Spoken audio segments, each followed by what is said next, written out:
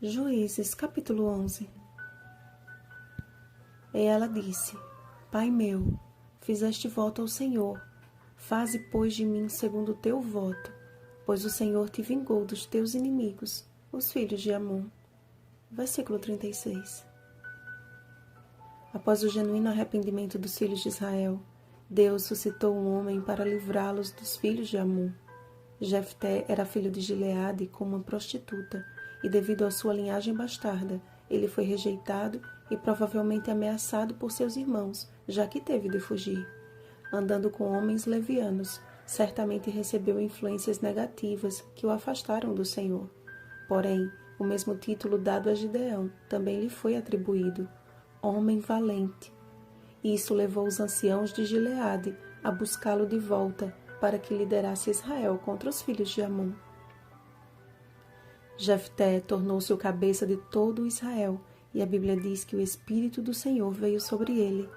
Mas já no verso seguinte, vimos que Jefté fez um voto equivocado ao Senhor, dando início a uma das histórias bíblicas mais intrigantes do Antigo Testamento.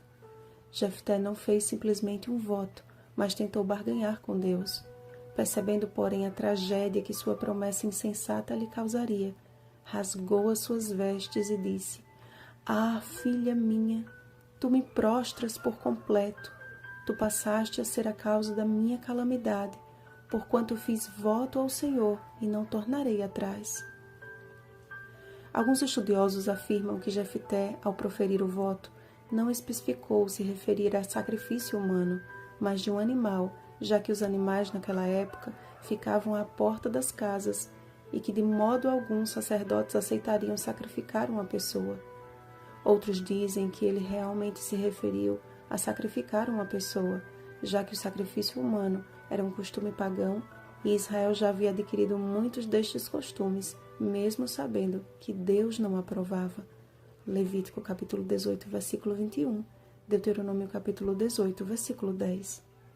Interessante que ele observou a lei dada a Moisés para ser fiel ao voto feito ao Senhor. Levítico capítulo 19, versículo 12.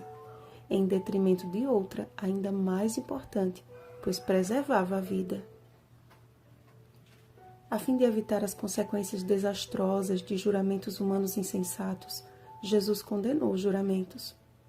De modo algum jureis, seja porém a tua palavra sim, sim, não, não. O que disto passar vem do maligno. Mateus capítulo 5, versículos 34 e 37. Não era desígnio de Deus que Jefté sacrificasse a própria filha, e nem ser humano algum, muito menos que entregasse ao celibato. Mas a atitude da filha, cujo nome a Bíblia não revela, manifesta a mesma rendição que encontramos em Isaque, ao aceitar que seu velho pai o sacrificasse. Gênesis capítulo 22, versículo 9. E a mesma disposição de Cristo quando declarou: Meu Pai, se possível, passe de mim este cálice. Todavia, não seja como eu quero, e sim como tu queres. Mateus capítulo 26, versículo 39. Quando a filha de Jefté disse: Pai meu, fizeste voto ao Senhor, vejo ali uma expressão de profunda entrega. Porém, observem as suas primeiras palavras: Pai meu. Assim como Cristo apelou, meu Pai, esta filha apelou ao seu Pai. Era como se ela dissesse: O Senhor é o meu Pai, aquele que me ama mais do que tudo, e se achas por bem cumprir o teu voto, eis-me aqui, não questionarei e nem frustrarei os planos daquele que mais me ama. Apesar do mistério que vela este relato, ainda há uma corrente que defende que Jefté não ofereceu a filha em holocausto, mas a entregou ao celibato. Uma coisa é certa: aos pais é confiado o mais caro dever de zelar pela herança do Senhor, Salmo 128, versículo 3, e pela negligência ou imprudência podem expor os filhos a situações que poderiam ser evitadas. Naquela época, uma moça solteira era sinônimo de desgraça, e o fato de ser a única filha de Jefté significava que o nome de seu pai seria esquecido sem uma descendência, mas a sua atitude submissa lhe rendeu uma posição de honra na história de Israel, como bem pontua Warren Wiersbe. Ela merece ser colocada ao lado de Isaque como filha fiel, disposta a obedecer tanto ao pai quanto a Deus a qualquer preço. Comentário Bíblico Expositivo, volume 2, página 141. Jefté foi infeliz em seu voto, mas a sua filha lhe deu um banho de fidelidade. E a questionável história de uma simples virgem nos lembra a inquestionável história do Filho do Homem.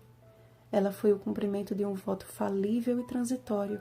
Jesus, o cumprimento de um voto infalível e eterno. O maior sacrifício que Deus aceita é a nossa entrega pessoal.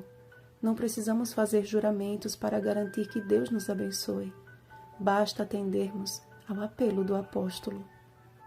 Rogo-vos, pois, irmãos, pelas misericórdias de Deus, que apresenteis o vosso corpo por sacrifício vivo, santo e agradável a Deus, que é o vosso culto racional.